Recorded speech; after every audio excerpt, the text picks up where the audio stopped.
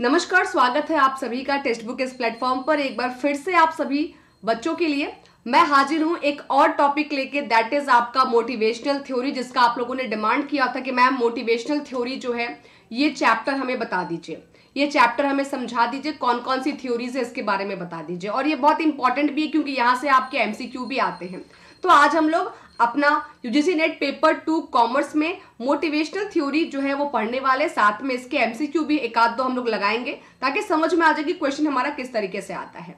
और जो भी पहली बार देख रहे हैं वीडियो को, मैं उनको बता दूं कि हमारा ये जो क्लास है रेगुलर 8 PM पर चलता है और 10 PM पर हमारा ऐप पर जो है वहां पर हम लोग एमसीक्यू प्रैक्टिस करते हैं। यूट्यूब पर हमारा थ्योरी प्लस एमसीक्यू होता है, ऐप पर हमारा ओनली एमसीक्यू प्रैक्टिस होता है।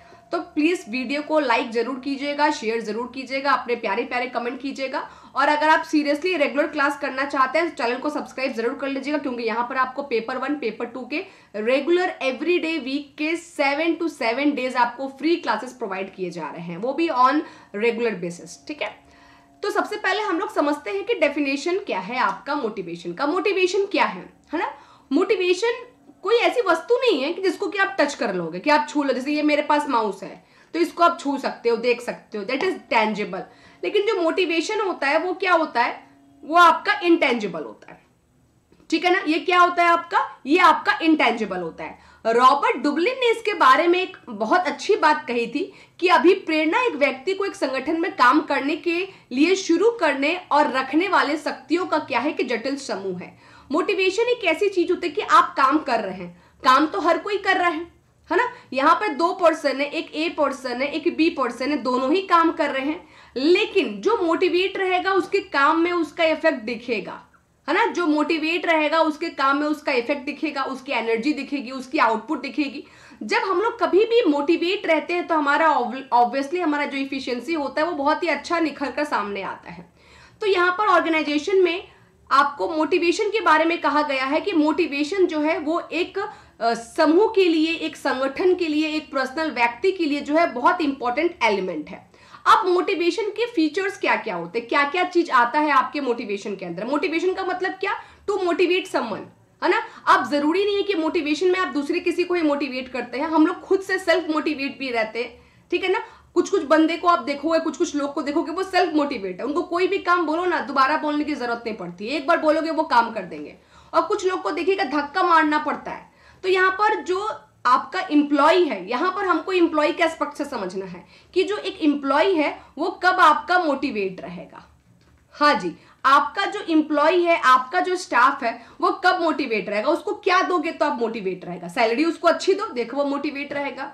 उसको बीच में थोड़ी छुट्टी वुट्टी दे दो, थोड़ा सा उसको इंसेंटिव दे दो, बोनस दे दो, उसको सर्टिफिकेट दे दो, उसको एप्रिसिएशन दो। कुछ मत बोलो, खाली एक बार तारीफ ही कर दो उसकी कि वाह क्या कितना अच्छा तुमने काम किया है। ठीक है, तो ये एप्रिसिएशन, ये इंसेंटिव, ये बोनस, ये salary, this all are the part of motivation.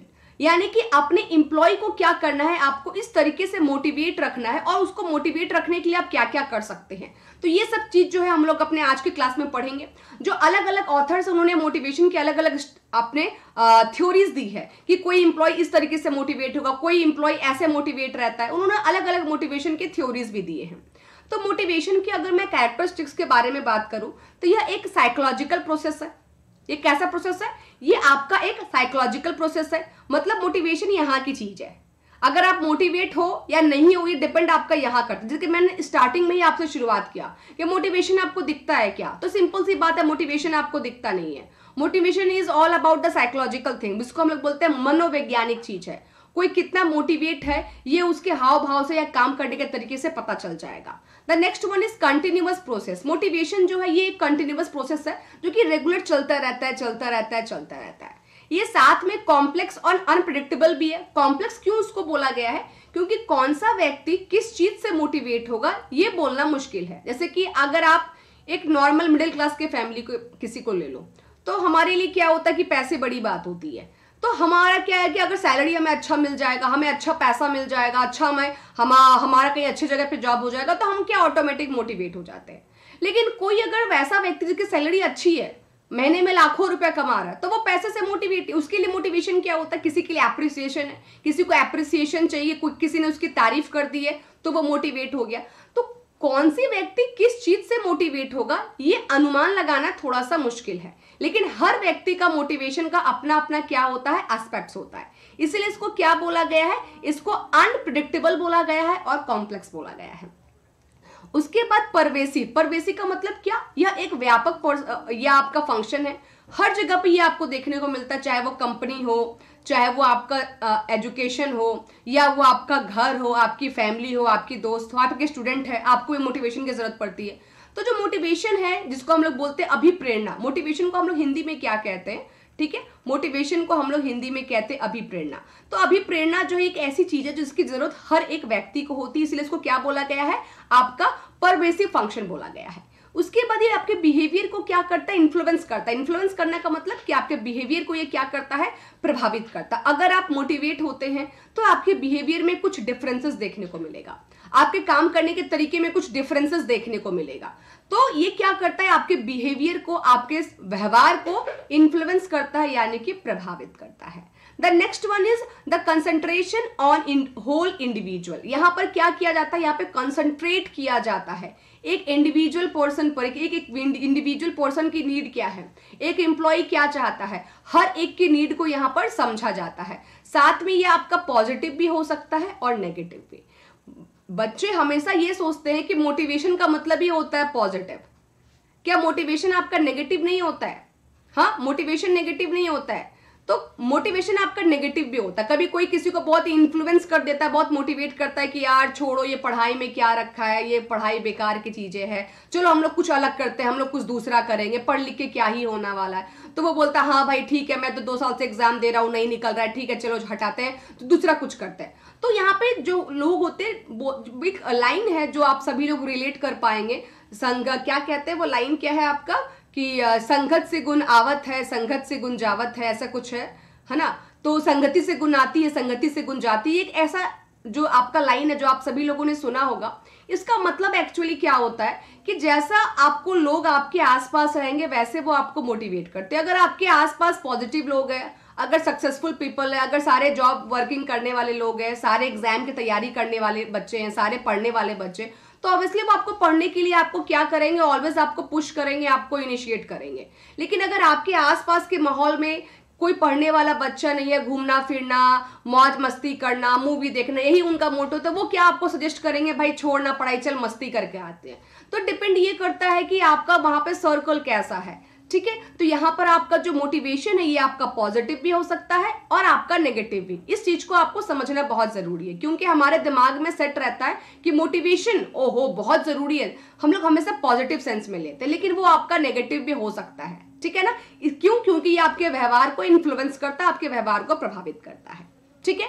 Motivation क्या है, उसकी विशेषताएं क्या है, यहां पर समझ में आ गया। चलिएगा आगे बढ़ते हैं। अब आगे में हमारा मोटिवेशन क्यों जरूरी है।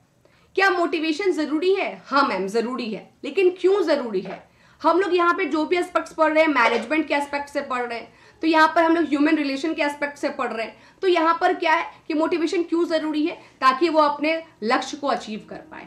आपने एक गोल सेट किया है, आपको यूजीसी नेट जो है क्रैक करना है, ये आपका लक्ष्य है। अब इसको लक्ष्य को आप कैसे हासिल करोगे, जब आप मोटिवेट रहोगे, जब आप पढ़ोगे। अगर आपके अंदर नेगेटिविटी आ जाएगी कि यार छोड़, अगर आपके अंदर आलसीपना गया, अरे छोड़ो क्या होगा पढ़ के, पढ़ने का मन ही नहीं कर रहा है, पढ़ने का मन ही नहीं कर रहा है, निकाला यूट्यूब पर 1-2 वीडियो सुन लिया, मोटिवेट हो गए, आज तो ये चैप्टर को कंप्लीट ही कर देंगे। तो अगर आप मोटिवेट रहते हो, है ना, मोटिवेशन जो होता है किसी भी इंसान को आगे बढ़ने में मदद करता है। हम लोग सारी पॉजिटिव एस्पेक्ट से अगर बातें करें तो ये आपको क्या करता है, आपका जो लक्ष्य होता है उसको प्राप्त करने में क्या करता है, सहयोग करता है। ये आपकी प्रोडक्टिविटी को क्या करता है, उत्पादकता को क्या करता है, इंक्रीज करता है। पहले आप क्या कर रहे थे, 10 पेन बना रहे थे 1 आवर में, अब आप मोटिवेट हो, खुश हो, है ना, तो आप 1 आवर में कितना पेन बना लिया आपने, 12 पेन बना लिया। तो जब आप मोटिवेट होते हो, बहुत ज्यादा एनर्जेटिक होते हो, खुश रहते हो, motivation is all about happiness. अगर मैं एक वर्ड में बोलूं तो motivation is all about happiness, कि आप किस तरह से मोटिवेट हो, जहां पर आप काम कर रहे हो क्या वहां पर आप खुश हो, क्या वो काम करना चाह रहे हो, that all the thing is motivation. ठीक है, तो अगर आप मोटिवेट रहते हो तो मोटिवेशन जो है आपकी एफिशिएंसी को, आपकी प्रोडक्टिविटी को बढ़ाने के लिए जरूरी है। देखो यहाँ पे नेक्स्ट पॉइंट आपका लिखा भी है, हाई एफिशिएंसी, यानी आपकी दक्षता को क्या करता है, उच्च करता है।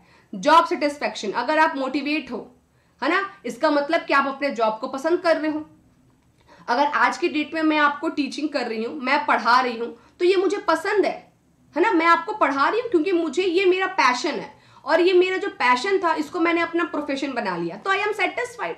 बहुत से ऐसे भी लोग देखिएगा कि जिनको इंजीनियर बनने का मन नहीं था, लेकिन फिर भी उन घर वाले ने फोर्स किया और वो इंजीनियर बन गए, और आज के डेट में उनको अपने काम करने में मन ही नहीं लगता, उनका मन म्यूजिक में है, क्रिकेट में है, ठीक है, किसी का मन डांस में है। तो वैसा क्या होता है कि मोटिवेशन जब आपके पास रहेगा तो आप क्या करेंगे कि आप खुद को सेटिस्फाइड फील करेंगे। तो मोटिवेशन जो है वो बहुत जरूरी है ताकि आप क्या करें, खुद को संतुष्ट महसूस कर सके। तो सेटिस्फैक्शन के लिए मोटिवेशन जो है वो जरूरी है। ठीक है, उसके बाद बेटर रिलेशन, आपका जो संबंध है बाकियों से अच्छा होता है। अगर आप मोटिवेट हैं तो आपकी जो इमेज होती है अच्छी होती। कभी कभी देखिएगा हम लोग बोलते हैं कि अरे वो शर्मा जी क्या खुश मिजाज व्यक्ति हैं, है ना, हमेशा मोटिवेट रहते हैं, हमेशा पॉजिटिव रहते हैं, कुछ भी पूछो एकदम सही सही, मतलब उनकी जवाब देही जो है वो बहुत ही गजब की है। अच्छा वो वर्मा जी, अरे वो तो हमेशा मुंह लटका के रहते हैं जी। तो यहाँ पर क्या है कि अगर आप मोटिवेट रहते हो, आप अपने काम को ईमानदारी से करते हो, आप अपने आपकी आउटपुट जो है, प्रोडक्टिविटी जो है वो इंक्रीज करती है, आपकी एफिशिएंसी इंक्रीज करती है, और ये सब के कारण जो आपका मार्केट में जो इमेज है, किसी भी ऑर्गेनाइजेशन में जो आपका इमेज है वो एक अच्छा इमेज निकल कर सामने आता है। तो जो मोटिवेशन होता है वो क्या करता है, वो इंसान को हर तरह से जो है वो फायदा दिलवाता है। चलिएगा अब इसके हम लोग थ्योरीज के बारे में बात करते हैं। यहां तक क्लियर है ना? यस, एक बार मुझे बता दीजिए कि यहां तक क्लियर है ना सभी को, कोई दिक्कत डाउट परेशानी तो नहीं है, ऑल क्लियर। चलिए अब इसके थ्योरीज पर आते हैं। ये तो हो गई बेसिक बातें। अब थ्योरीज क्या है कि मोटिवेशन जो इसके अंदर में कौन कौन से थ्योरीज दी गई है। तो यहां पर इस थ्योरी को 4 पार्ट में डिवाइड किया गया है, content theory, process theory, reinforcement theory और बिहेवियरल थ्योरी। कौन सी थ्योरी किसने दी है ये भी आपको याद रखना है कि कंटेंट थ्योरी मैस्लो, हर्ट्जबर्ग, मैक्सवेल और अल्फर्ग ने दी है। प्रोसेस थ्योरी एक्सपेक्टेंसी और इक्विटी थ्योरी है। रीइंफोर्समेंट थ्योरी जो है आपका ये ऑर्गेनाइजेशनल बिहेवियर मॉडिफिकेशन थ्योरी है, और आपका बिहेवियर थ्योरी जो है ये आपका एक्स, वाई और जेड थ्योरी है। तो ये आपके सारे थ्योरी है। बिहेवियर थ्योरी के बारे में पूछा गया है कि बिहेवियर थ्योरी के अंदर कौन कौन सा थ्योरी आएगा, आपको पूछ दिया बिहेवियर थ्योरी और ऑप्शन में दे दिया मैस्लो थ्योरी। तो याद रखिएगा मैस्लो जो है वो आपका कंटेंट थ्योरी है, और आपका एक्स, वाई, जेड जो थ्योरी है वो बिहेवियर थ्योरी है। तो जितनी थ्योरी आपके एग्जाम में आती जो कि इंपॉर्टेंट है वो हम लोग अभी 1 by 1 डिस्कस करेंगे। ठीक है, चलिएगा आगे बढ़ते हैं। अच्छा, आगे बढ़ने से पहले थोड़ा सा मैं आप लोगों को ये इन्फॉर्मेशन दे दूं कि यहाँ पर हमारा 2023 की फरवरी बैच को लेकर जो है हमारा क्रैश कोर्स चल रहा है। जो भी बच्चे अभी तक भी ज्वाइन नहीं किए हैं वो अभी भी ज्वाइन कर सकते हैं, उनके पास मौका है, क्योंकि यहाँ पर हमारा पेपर 1 का भी क्रैश कोर्स चल रहा है, साथ में पेपर 2 कॉमर्स का भी आपको मैं क्रैश कोर्स करवा रही हूँ। ये मैं लाइव के बारे में बात कर रही हूँ। साथ में आपका जैसे आप सब्सक्रिप्शन लोगे आपको पूरा पेपर 1 पेपर 2 तो कंप्लीट मिल ही जाएगा। सब्सक्रिप्शन में देखिएगा एक ही सिंगल सब्सक्रिप्शन में आपको पेपर 1 पेपर 2 दोनों मिल जाएगा, दोनों के कंप्लीट वीडियोस मिल जाएंगे आपको सुपर टीचर्स के थ्रू। इसके अलावा आपको जो है 600 से ज्यादा आपको मॉक टेस्ट मिल जाएगा, 200 से ज्यादा आपको स्टडी नोट्स मिल जाएंगे, और इसके अलावा आपका लाइव क्लास भी जो है वो आपका चलता रहेगा। तो जो भी बच्चे सब्सक्रिप्शन लेना चाहते हैं वो 6 मंथ का सब्सक्रिप्शन अभी मैं बोलूंगी प्रेफर कर सकते हैं अगर जून वाला अप्रोच है तो। और अगर कोई बिल्कुल ही फ्रेशर है, अगर बिल्कुल ही नए हैं, कुछ भी नहीं पता है, सिलेबस तक सही से नहीं पता है तो, और उनको जेआरएफ क्लियर करना है, तो अगर फरवरी वाला एग्जाम नहीं भी देना चाहते हैं, अगर जून और दिसंबर वाला भी अटेम्प्ट लेना चाहते हैं तो आप लोग 12 मंथ का भी सब्सक्रिप्शन ले सकते हैं। जो भी सब्सक्रिप्शन चाहे वो सब्सक्रिप्शन आप ले सकते हैं। अमाउंट थोड़ा बहुत आपका क्या करता है कि डेफर करता है। 3 मंथ का अमाउंट जो होगा आपका 5624, 6 मंथ का 9449, 12 मंथ का 11549। सेल के टाइम पे लीजिएगा, कोशिश कीजिएगा कि सेल ऑलवेज आपका टेक्स्ट बुक के प्लेटफॉर्म पर आते रहता है, तो वहां पर टाइम आपका जो प्राइस है थोड़ा सा फॉल भी करता है, तो वो आपके लिए बेनिफिशियल रहेगा। हाँ, कभी भी लीजिए तो मेरा कोड जरूर याद कीजिए और मेरा कोड वहां पर अप्लाई कीजिएगा, क्योंकि मेरा कोड अप्लाई करने के बाद आपका जो अमाउंट है वो काफी कम हो जाएगा, क्योंकि यहाँ पर स्पेशल हमारा कोड ये दिया जाता है फैकल्टी को, जो कि अप्लाई करने के बाद बच्चे को एडिशनल डिस्काउंट मिल जाता है। तो यहाँ पर इस कोड को आप लोग जरूर याद कीजिएगा, जरूर वहां पर अप्लाई कीजिएगा। PSINGH, P सिंह, है ना, मेरा नाम है प्रियंका और दैट इज P सिंह, ठीक है। और जो भी मंथ का चाहे तो आप कोर्स ले सकते हैं। अगर जून का टारगेट है तो 6 मंथ का ले लीजिए, और अगर दिसंबर का टारगेट है तो 12 मंथ का सब्सक्रिप्शन आप ले सकते हैं। लेकिन हाँ, आप देख लीजिए कि अगर आप सेल्फ प्रिपरेशन कर सकते हैं, अगर आपको लग रहा है कि सेल्फ स्टडी आपसे हो जाएगी तब तो ठीक है। लेकिन अगर लग रहा है कि मैम सिलेबस बहुत ज़्यादा है, स्टडी मटेरियल नहीं मिल पा रहा है, सेल्फ स्टडी नहीं हो पा रहा है, अंदर से मोटिवेशन नहीं आ रहा है, कोई टाइम टेबल नहीं बन पा रहा है, कभी पढ़ रहे कभी नहीं पढ़ रहे, कंटिन्यूटी नहीं आ रही है, अगर ये सब प्रॉब्लम अगर आपके साथ हो रहा है, जो कि जनरली होता है बच्चों के साथ, तो फिर आप सब्सक्रिप्शन जरूर लीजिए, ताकि आप एक सिस्टमेटिक वे में अपनी तैयारी को कंप्लीट कर पाए। ठीक है, चलिएगा आगे बढ़ते हैं। सबसे पहले और सबसे इंपॉर्टेंट हम लोग करते हैं आपके Maslow need hierarchy theory. Maslow साहब ने बोला कि देखिए, अगर किसी इंसान को आपको मोटिवेट करना है तो उसके लिए 5 चीजें जो है वो जरूरी हैं। 5 चीजों के बेस पर उन्होंने मोटिवेशन की अपनी थ्योरी दी है। किसने? मैस्लो साहब ने। और इनकी इस थ्योरी को मैस्लो नीड हायरार्की थ्योरी के नाम से जाना जाता है। इन्होंने क्या बोला कि सबसे पहले किसी को बेसिक नीड चाहिए होता है, उसके बाद साइकोलॉजिकल नीड चाहिए होता है, और उसके बाद सेल्फ फुलफिलमेंट नीड चाहिए होता है। तो मैम ये क्या होता है जरा बताइए। तो बेसिक नीड के अंदर 2 नीड आते हैं। फर्स्ट, सबसे पहला फिजियोलॉजिकल नीड, जिसको हम लोग क्या बोलते हैं हिंदी में? इसको हम लोग हिंदी में बोलते हैं शारीरिक नीड, है ना, शारीरिक जरूरत। शारीरिक जरूरत मतलब जो हमारी शरीर को जरूरत है। हमें भूख चाहिए, हमें भूख लगती है, हमें प्यास लगती है, हमें ठंड लगती है ना, हमें छत चाहिए, हमें कपड़े चाहिए, हमें खाना चाहिए। चाहिए कि नहीं चाहिए? हर किसी को चाहिए। तो सिंपल सा मैस्लो साहब ने भी इस बात को बोला कि सबसे पहले किसी भी इंसान को जो चाहिए होता है वो क्या चाहिए होता है? आपका बेसिक नीड, यानी कि फिजियोलॉजिकल नीड, रोटी कपड़ा और मकान, फूड क्लोथ और शेल्टर। उसके बाद उसको सेफ्टी नीड चाहिए होता है। सेफ्टी नीड का मतलब क्या होता है कि सिक्योरिटी नीड, कि हाँ उसका चलो जॉब हो गया है, उसको पता है कि हाँ मेरा जॉब जो है सिक्योर है, सेफ है, तो फिर वो क्या करता है, काम बहुत खुशी खुशी से करता है, अच्छे मन से करता है। ठीक है, तो सेकेंड आपका क्या हो गया? सेफ्टी और आपका सिक्योरिटी नीड। जैसे कि आपका सेफ्टी और सिक्योरिटी नीड में क्या हो जाएगा? जैसे कि आपको मेडिकल का ऑप्शन मिल गया, या फिर मान लीजिए कि आपको पेंशन का ऑप्शन मिल गया, है ना, कहीं मेडिकल फैसिलिटी मिल गई, कहीं पेंशन फैसिलिटी मिल गई कि हाँ जॉब के बाद भी आपको, रिटायरमेंट के बाद भी पैसा आते रहेगा। तो ये ऑटोमेटिक इंसान को क्या करता है? मोटिवेट करता है। थर्ड लेवल पे क्या चाहिए लोगों को? बिलोंगिंगनेस चाहिए और लव नीड चाहिए होता है। हर किसी को भाई प्यार चाहिए, चाहे वो इंसान हो चाहे वो जानवर हो। तो थर्ड स्टेज पे कोई भी इंसान चाहता है कि उसको उसके दोस्त हो, उसके सहेली हो, सहेला हो, है ना, उसके फ्रेंड हो, उसके कलीग हो, जो भी लोग हो, उनके साथ एक अच्छा उनका रिलेशन हो, एक अच्छा बॉन्ड हो, जिसको बोलते हैं बिलोंगिंगनेस एंड लव, जो कि आपका आता है साइकोलॉजिकल नीड में ना, जो यहाँ की चीजें यहाँ और यहाँ की चीजें हैं। उसके बाद आता है एस्टीम नीड। एस्टीम नीड का मतलब प्रेस्टीज, कि हमारा मार्केट में क्या प्रेस्टीज है, हमारा मार्केट में क्या इज्जत है। जब आप निकल रहे हैं मार्केट में तो 4 लोग आपको पूछ रहे हैं, 4 लोग आपको बोल देंगे अरे प्रियंका जी हाँ गुड इवनिंग गुड इवनिंग, अरे हाँ ठीक है कैसे हैं, ठीक है ठीक है, बस बस उतना में ही खुश कि चलिए। तो वो ऑटोमेटिक आपके साथ भी ऐसा होता होगा। देखिए कहीं भी आप गए, आपको 4 लोग मिल गए, बैठ गए, ले पंचायती शुरू हो गई, बात शुरू हो गई, यानी लोग आपको जान रहे, लोग आपको पहचान रहे हैं। हम लोग एक वर्ड यूज करते हैं, एक वर्ड हम लोग यूज करते हैं, नेम एंड फेम, आप लोगों ने सुना होगा। हर किसी को जरूरत होती है, हर कोई चाहता है कि उसका नाम हो, फेम हो, नेम हो, फेम हो, हर कोई चाहता है। ये वर्ड एक्चुअली यूज होता है बॉलीवुड के लिए, लेकिन ऐसा कोई व्यक्ति नहीं है जो उसको पर्सनली नहीं चाहता है। तो हर एक इंसान जो है वहां पर अगर उसको एस्टीम नीड्स मिल रही है, यानी कि प्रेस्टीज, फीलिंग ऑफ अकम्प्लिशमेंट, तो यहाँ पर क्या है, वो ऑटोमेटिक मोटिवेट हो जाता है। And the last one is what? The last one is self actualization. Self actualization का मतलब क्या होता है?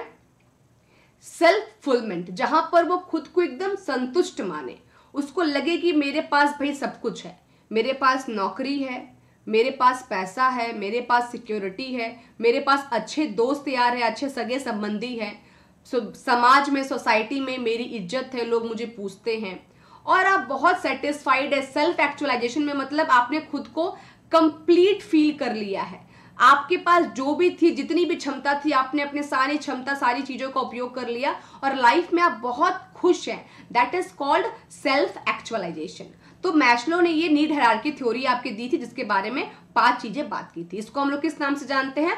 कंटेंट थ्योरी के अंदर ये आता है। मैस्लो नीड हायरार्की थ्योरी के नाम से जानते हैं। और कितनी नीड के बारे में बात की थी? उन्होंने 5 नीड के बारे में बात की थी। इसको सीक्वेंस में अरेंज करने भी आता है और पूछता which one of the is not the part of need hierarchy theory, ऐसे भी देते हैं। तो ये सारा पॉइंट आपको याद रखना है। चलिएगा आगे बढ़ते हैं। नेक्स्ट हमारा क्या? Herzberg 2 factor theory. Herzberg 2 factor theory का मतलब क्या होता है? हर्जबर्ग साहब थे, उन्होंने भी अपने थ्योरीज दी थी। उन्होंने बोला किसी को अगर मोटिवेट रखना है तो उसके लिए 2 फैक्टर है।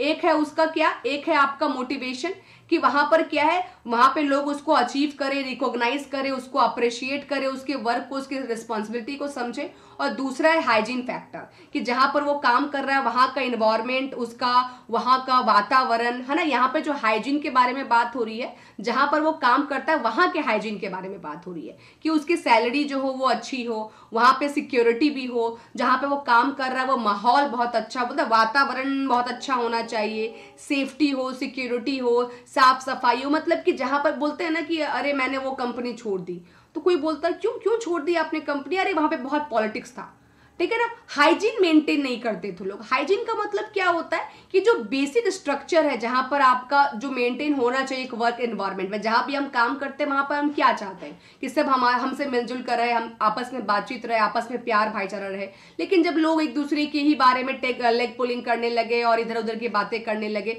तो फिर वो क्या है कि वो अपने आप को मोटिवेट नहीं बल्कि डिमोटिवेट कर देता है। तो यहाँ पे हर्जबर्ग ने यही 2 फैक्टर के बारे में बात की थी, कि एक तो मोटिवेशन और दूसरा आपका हाइजीन फैक्टर। इसको भी आपको याद रखना है। और हाइजीन के अंदर उसके सुपरविजन, उसके रिलेशनशिप, उसके सैलरी, उसके सिक्योरिटी, उसका वर्क कंडीशन, जहां पे वो काम करता है, वो चीजें हर कुछ वहां पर आपका मेंटेन करता है, ठीक है। तो यहां पर देखिएगा, इसको हर्जबर्ग थ्योरी ने जो आपका बेसिक फॉर्म दिया था उसको हम लोग एक्सट्रिंसिक फैक्टर के नाम से भी जानते हैं। हाइजीन फैक्टर को हम लोग किस फैक्टर के नाम से जानते हैं? एक्सट्रिंसिक फैक्टर के नाम से जानते हैं। ये सकारात्मक संतुष्टि प्रदान नहीं करता है, लेकिन इन कारकों की अनुपस्थिति असंतोष को जन्म देती है। बोलते कि इससे सेटिस्फेक्शन नहीं आएगा, लेकिन अगर आपके पास जॉब सिक्योरिटी नहीं है, अगर आपको सैलरी सही से नहीं मिल रही है, अगर वहां पर हाइजीन नहीं है, तो आप क्या है, आप संतुष्ट नहीं रहेंगे, आपके मन में हमेशा एक खटक सी लगी रहेगी, ठीक है। तो यहाँ पर हर्जबर्ग साहब का बोलना था कि मानते हैं कि इससे जो आदमी को है ना, वो क्या मिलता है? सेटिस्फेक्शन नहीं मिलता है। लेकिन अगर ये नहीं रहेगा ना, तो आदमी डिससेटिस्फाइड जरूर हो जाता है। तो हाइजीन जो है, स्वच्छता जो है, वो एक फैक्टर है किसी भी इंप्लॉय के मोटिवेट रहने के लिए। दूसरा हम लोग आते हैं मोटिवेटर्स। मोटिवेटर्स का मतलब क्या होता है कि वहां पर उसको जॉब में अच्छी अपॉर्चुनिटीज मिले, उसको प्रमोशन मिले, जॉब में चैलेंजेस हो, कुछ नया रोज सीखने को मिले, है ना। वहां पे उसको रिस्पॉन्सिबिलिटी दी जाए, उसको कुछ अथॉरिटी दी जाए, वो डिसीजन भी अपने लेवल पर कुछ ले सके। जब इस तरह से होता है ना कि भाई देखो मैं तुम्हें ये काम सौंप रहा हूँ, ए वाला काम, इसको तुम अच्छे से करना, और उसको ये काम सौंपा गया, उसने अच्छे से अपना काम किया, फिर आया अरे शाबाश क्या तुमने कितना अच्छा काम किया। तो इस तरह की चीजें जब होती हैं, जब जॉब में आपके चैलेंजेस आते हैं, जब जॉब इनरिचमेंट होता है ना। इनलार्जमेंट के बारे में मैं बात नहीं कर रही हूँ, इनरिचमेंट के बारे में बात कर रही हूँ। जब जॉब में एडवांसमेंट होता है, जिम्मेदारी होती है, उन्नति होती है, चुनौती होती है, तो ये क्या होता है, ये आगे बढ़ने के ऑप्शन देते हैं एम्प्लॉय को, और इससे एम्प्लॉय क्या होते हैं? मोटिवेटर। तो ये सारे आपके मोटिवेटर्स के क्या है? आपके फंक्शंस है ना। ये सारे आपके एलिमेंट्स जो है किससे हैं? मोटिवेटर्स के, आपके सारे जो है प्रेरक के आपके, ये आपके एलिमेंट्स है। ओके, चलिएगा आगे। मैक्सिलेंट अचीवमेंट मॉडल, उन्होंने 3 मॉडल के बारे में बात की थी। कौन सा? एक आपका पावर, फिर एक आपका अचीवमेंट, ये टेढ़ा क्यों जा रहा है भाई, एक आपका जो हो गया है ना, ये एक क्या हो गया आपका अचीवमेंट, और एक हो गया आपका एफिलिएशन।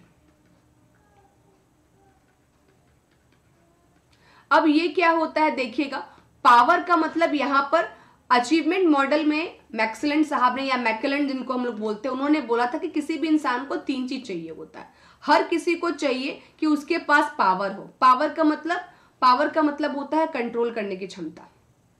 पावर का मतलब क्या होता है? कंट्रोल करने की क्षमता, कि दूसरे को वो कंट्रोल कर सके, वो अपना काम दूसरे से करवा सके, तो ये पावर उसको चाहिए होता है। दूसरा, नीड फॉर अचीवमेंट, हर किसी को चाहिए कि वो कुछ अचीव करे, कुछ उसका ग्रोथ हो, तो हर किसी को अचीवमेंट की जरूरत होती है। यानी कि उसको ऑलवेज मान लीजिए कि उसको कोई कार्य सौंपा गया, उस कार्य में उसने अच्छा काम किया, ठीक है ना, उसने कुछ अचीव किया, तो हर कोई अपने काम में क्या चाहता है कि वो एक स्टेप आगे जाए। कभी भी आप कहीं भी जॉब के लिए इंटरव्यू करने जाते हैं तो वहां पे पूछते हैं कि हाँ सर, इसमें इस जॉब में मैं इस पोजीशन पर तो मैं ज्वाइन कर रहा हूँ, ठीक है, आगे ग्रोथ क्या है। ग्रोथ का मतलब क्या कि आप यहाँ पे अचीवमेंट के बारे में पूछ रहे हैं। And the third one is affiliation. Affiliation का मतलब कि लोग आपको रिकॉग्नाइज करें, लोग आपको समझे, आपके काम की सराहना करे। तो ये हर एक एम्प्लॉय जो होता है ये 3 चीज चाहता है। एक वो पावर चाहता है, एक वो अचीवमेंट चाहता है अपने काम में, साथ में वो क्या चाहता है, एफिलिएशन, कि लोग उसको एफिलिएट करें, ठीक है ना, लोग उसको रिकॉग्नाइज करे, उसको शाबाशी दे, उसको उसमें सर्टिफिकेट वगैरह भी इसमें आपका आ जाएगा। तो दैट इज आपका मैकलेलैंड साहब ने बोला था। उसके बाद नेक्स्ट आपका आता है ईआरजी थ्योरी। ईआरजी थ्योरी का फुल फॉर्म आपसे पूछा जाता है कि ई का मतलब क्या होता है, आर का मतलब क्या होता है, जी का मतलब क्या होता है, और ये थ्योरी किसने दी। तो अल्डफर साहब ने ये थ्योरी आपके दी है, ठीक है ना। और इसका फुल फॉर्म क्या है, ई का फुल फॉर्म होता है एग्जिस्टेंस, आर का मतलब होता है रिलेटेडनेस, और जी का मतलब होता है ग्रोथ। बोलता है कि जो भी आपके, है ना, यहां पर देखिएगा, यहां पर आपका जो मैस्लो का जो 5 थ्योरी था ना, मैस्लो ने जो 5 नीड हायरार्की थ्योरी दिया था, अल्डरफर्ड साहब ने, ठीक है ना, अल्डरफर्ड साहब ने क्या किया था, उसी 5 थ्योरी को 3 कैटेगरी में डिवाइड कर दिया था। इस चीज को समझिएगा। ये भी क्वेश्चन आया है कि किसने मैस्लो नीड हायरार्की थ्योरी को आगे जाके जो है थोड़ा सा उस पर और काम किया, या आपको किसने उसको जाके आगे अलग 3 पार्ट में डिवाइड कर दिया। तो अल्डरफर्ड साहब जो थे उन्होंने क्या किया था, जो मैस्लो नीड हायरार्की थ्योरी थी जहां पर उन्होंने 5 थ्योरी को दिया था, उन्होंने इसको 3 थ्योरी में क्या कर दिया, 3 वर्ड में कंप्लीट कर दिया। पहला बोला कि एग्जिस्टेंस, हर इंसान चाहता है कि वो क्या हो, उसकी एग्जिस्टेंस हो, मतलब उसका फिजियोलॉजिकल नीड्स और सेफ्टी नीड्स पूरा हो। उसके बाद हर इंसान जो है रिलेटेडनेस चाहता है, यानी कि वो सोशल रिकॉग्नाइजेशन और सेल्फ स्टीम चाहता है। और हर इंसान अपना क्या चाहता है, ग्रोथ चाहता है, यानी कि सेल्फ एक्चुअलाइजेशन चाहता है। तो ये 3 थ्योरी में इन्होंने कन्वर्ट कर दिया था पूरी 5 चीजों को। अब किसके अंदर में क्या आता है, इसको थोड़ा सा और हम लोग डिटेल में देख लेते हैं। तो एग्जिस्टेंस के अंदर में क्या आता है, मटेरियल एग्जिस्टेंस। मटेरियल है ना, किसका मटेरियल, मतलब कि आपको रोटी मिलना चाहिए, कपड़ा मिलना चाहिए, है ना, रहने को छत मिलना चाहिए, आपको अच्छे क्वालिटी की चीजें मिलनी चाहिए। जो बेसिक नीड्स जो होता है, जो हमको शारीरिक नीड्स को पूरा करने के लिए, या जो फिजिकल रूप में एग्जिस्ट करता है, ठीक है ना। यहाँ पे दिल, भावना, प्यार, ये सब सेकेंडरी चीजें होती है ना। प्यार मोहब्बत तभी होती है जब आपका पेट भरती है। अगर पेट खाली हो ना तो फिर उसे भूख लगती है, ठीक है ना। एक बार पेट भरेगा उसके बाद फिर इंसान का आगे जो होता है वो नीड आपका बढ़ते जाता है, वांट्स जो होता है उसका बढ़ते जाता है। लेकिन यहाँ पर क्या कहा था अल्डरफर्ड साहब ने कि सबसे पहले यहाँ पर चीजें क्या होती है कि हर इंसान अपना एग्जिस्टेंस देखता है कि क्या चीजें जो बस बेसिक मटेरियल है जो कि उसका सर्वाइवर के लिए बहुत जरूरी है, क्या वो उसके पास है। दूसरा वो चाहता है कि उसको क्या इंटरपर्सनल रिलेशनशिप जो उसके हैं क्या वो उसको मेंटेन कर पा रहा है। और थर्ड लेवल पर हर इंसान जो है अपना पर्सनल ग्रोथ चाहता है कि ठीक है वो मतलब अपने बारे में सोच रहा है, वो अपने शारीरिक नीड्स उसको मिल रहा है कि नहीं, उसके रिलेशन बाकियों के साथ कैसे अच्छे हैं कि नहीं है, उसका पर्सनल ग्रोथ वहां पर है कि नहीं। तो यहाँ पर ERG, इसके अंदर के कंटेंट्स आपको याद रहेंगे ना। 3 बात यहाँ पे पूछेगा, ERG का फुल फॉर्म, ये थ्योरी किसने दी है, और ERG के अंदर में क्या आता है, और साथ में आपका मैस्लो की थ्योरी को किसने आगे चलकर क्या किया है, एक्सटेंड किया है। क्लियर है, चलिएगा आगे बढ़ते हैं। अब आता है हमारा इक्विटी थ्योरी। इक्विटी थ्योरी किसने दिया है, जेएस एडमस ने दिया है ना। ये इक्विटी थ्योरी जो है किसने दिया है, जेएस एडमस ने दिया। इन्होंने क्या बोला, जरा इसको ध्यान से सुनिएगा, कि कर्मचारियों को अपने नियोक्ता द्वारा न्याय, संतुलन और निष्पक्षता की मजबूत उम्मीदों का अनुभव होता है। हर एम्प्लॉय ये चाहता है कि उसके साथ क्या हो, इक्वल बिहेव किया जाए, यानी कि समानता की थ्योरी। हर एम्प्लॉय ये चाहता है, लेकिन एक्चुअली ऐसा होता नहीं है। कहीं भी किसी भी ऑर्गेनाइजेशन में जाओगे तो जो मैनेजर होता है, किसी को थोड़ा सा ज्यादा प्रेफरेंस दे दिया, किसी को कम प्रेफरेंस दे दिया। कोई अच्छा काम भी कर आया तो उसको 4 खरी खोटी सुना दी।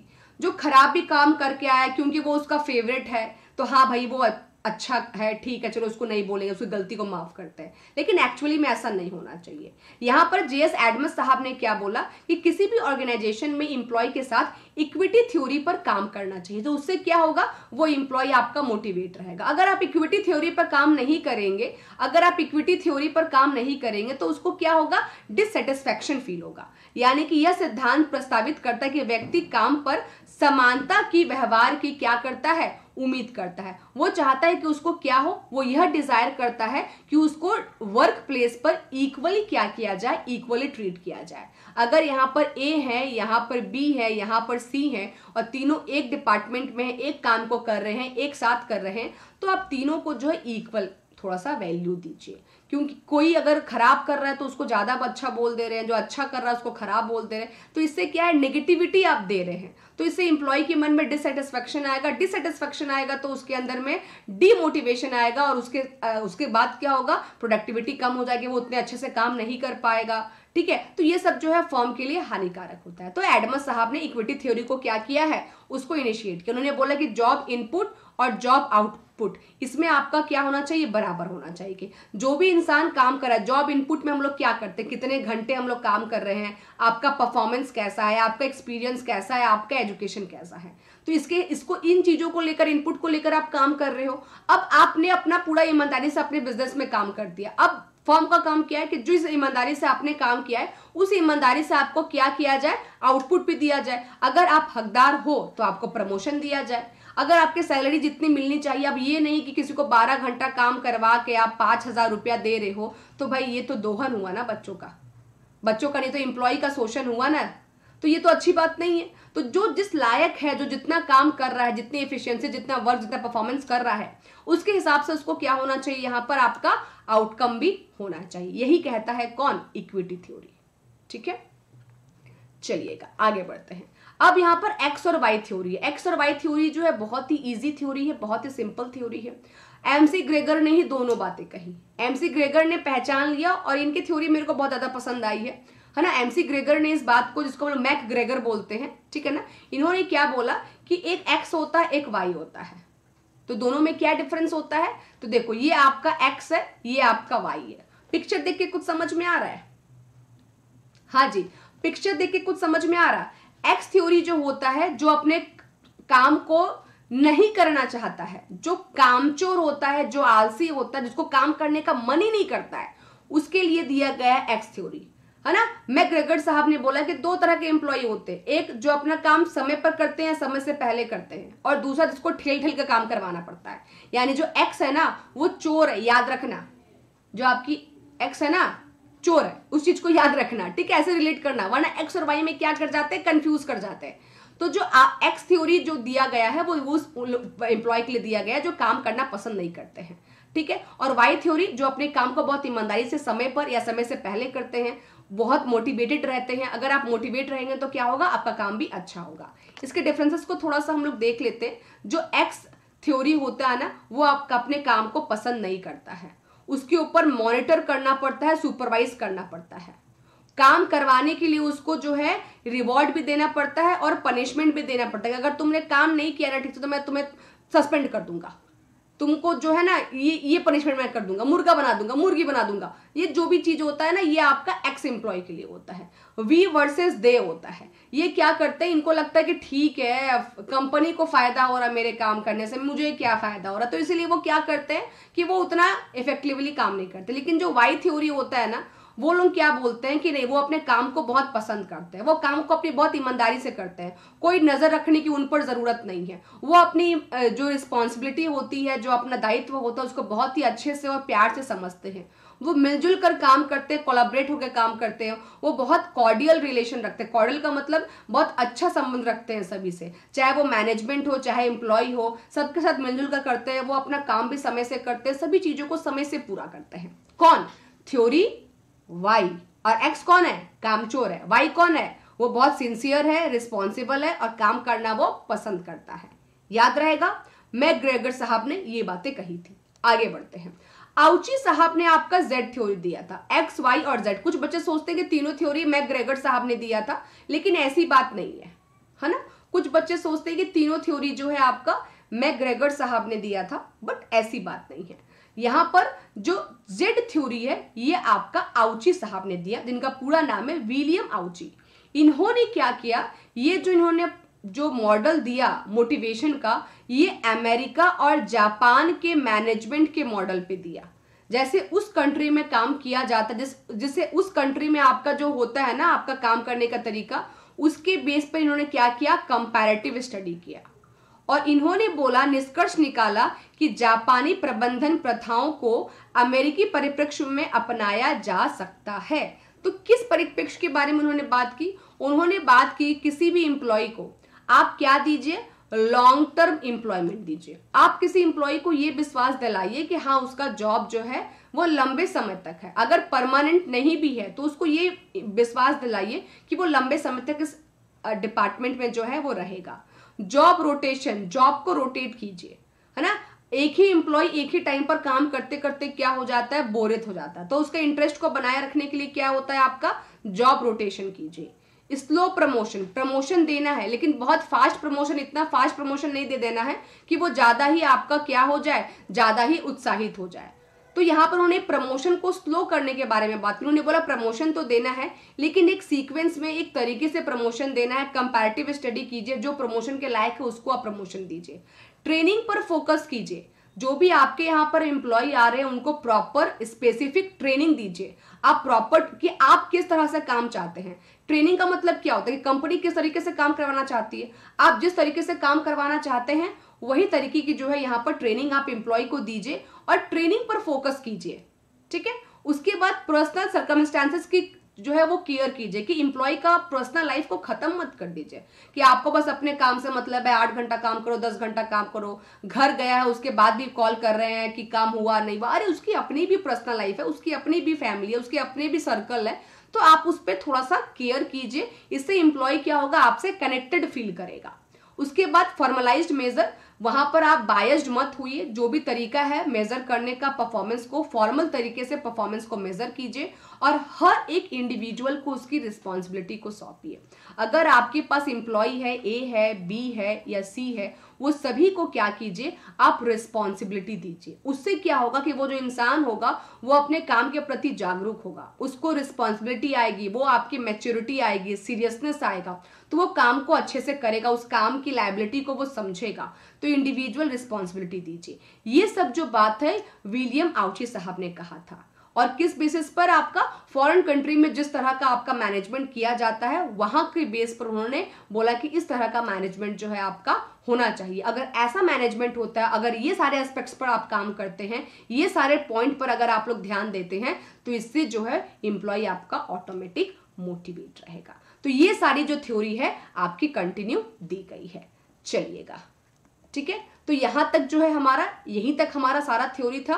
आई होप कि आपका सारा थ्योरी जो है वो क्लियर हो गया होगा। इसके एमसीक्यू हम लोग अपने नेक्स्ट क्लास में करेंगे, ठीक है ना। फरवरी से हम लोग क्या करेंगे, मतलब कुछ दिन के बाद से सिर्फ एमसीक्यू प्रैक्टिस करेंगे। जितना कॉन्सेप्ट आपको मुझे देना है उतना कॉन्सेप्ट मैं अभी आपको दे रही हूँ। उसके बाद मेरा एमसीक्यू सेशन आपका स्टार्ट होगा, जहां पे जितना मैंने आपको पढ़ाया है ना वह सारे के मैं आपको एमसीक्यू कराऊंगी। और बहुत जल्द मैं आपको फ्री ऑफ कॉस्ट जो है टेक्स्ट बुक के प्लेटफॉर्म 2022 पर मैं 2022 के मैं आपको यूनिट वाइज एमसीक्यू करवाने वाली हूँ। कौन से वाइज? यूनिट वाइज मैं आपको एमसीक्यू करवाने वाली हूँ। यूनिट 1, 2, 3, 4 2022 के सारे क्वेश्चंस कराऊंगी। उससे आपका क्या 21 का मैंने करा दिया, 18 का करा दिया, 19 का करा दिया, 20 का करा दिया, अब 22 का भी करा दूंगी, काम बन जाएगा आपका। ठीक है, चलिए bye bye, take care, thank you so much. मिलते हैं हम लोग अपने नेक्स्ट क्लास में। आज के लिए बस इतना ही। और मेरी रेगुलर जो क्लास होती है वो 8 PM पर होती है। वीडियो को सब्सक्राइब जरूर कीजिएगा, अपने प्यारे प्यारे लाइक जरूर दीजिएगा, और हाँ वीडियो पसंद आया हो तो शेयर भी करके जाइएगा। Bye bye, take care.